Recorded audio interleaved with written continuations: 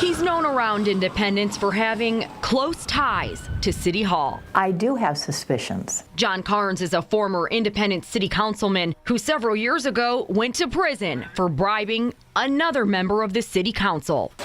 And now 41 Action News investigators have learned city leaders are holding backdoor meetings with Carnes on controversial projects that involve millions of dollars. Last year, the City Council awarded a contract to Environmental Operations, Inc. to buy, demolish, and remediate the city's old power plant, one of the most expensive contracts ever issued to a single company in the city's history. I bring it up constantly. That was such a bad decision. Environmental Operations, one of two companies deemed qualified for the job, bid the project just under $9 million, but that's twice as much as the low bidder. We're talking about $5 million. For reasons unknown to council members Karen DeLucy and Scott Robertson, their fellow council members directed staff to strictly negotiate with the high bidder in what they call a rush decision on a project that didn't need to happen in the first place. EPA was not requiring us to do anything. And so my position was, why spend $10 million?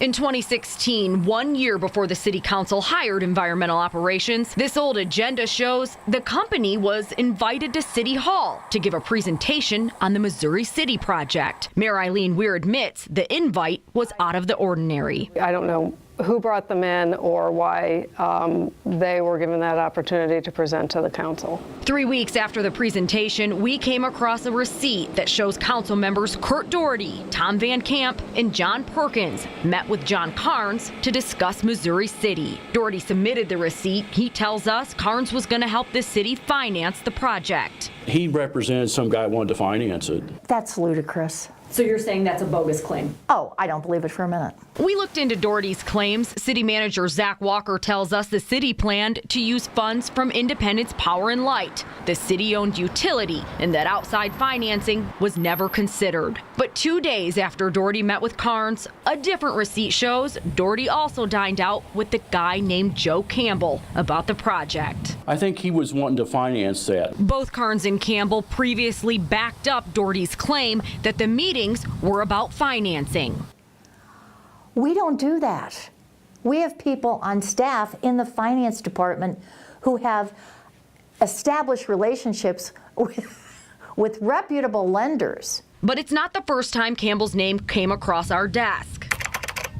In August, the 41 Action News investigators first told you about the controversy surrounding the sale of the old Rockwood golf course. Citing fears of the land being developed into Section 8 housing, the city council rushed to purchase the property, but what they did with it ticked off the people who live here. Why would you take a pristine piece of property in the middle of the city and turn it into a solar farm? You have to react to what's happening, and we had some push to get this done of a negative manner. Councilman Van Camp led the way on the Rockwood purchase. Longtime owner of the land, Ron Brew, tells us Van Camp contacted him nearly 2 years ago about the city's potential interest in buying the land. Wanted to know what the sale price was. But when Brew met with Van Camp in person, someone else was there. It was Tom Van Camp, a city council member, and John Carnes. No one around City Hall can confirm they had any knowledge Carnes was involved in discussions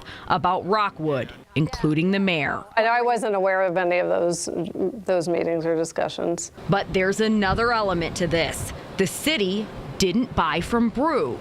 Several months after Brew met with Carnes, someone else came into the picture. I got a call from Joe Campbell. Records show Campbell bought the golf course from Brew for $550,000. Campbell then took his plans to the city to put in Section 8 housing. So 2 months later, the city paid Campbell $985,000 for the property, a $435,000 profit. I don't doubt for a minute there's something going on. In 2013, the city entered into a contract to purchase the old medical center of Independence, now home to IPL. Records show Carnes represented the seller who the city agreed to purchase the property from for $1.5 million. But at some point, and for reasons unknown, Campbell came in and completed the deal for $2 million. Joe Campbell didn't want to speak with us about this story. John Carnes tells us he'd rather stand out in a snowdrift than speak with us.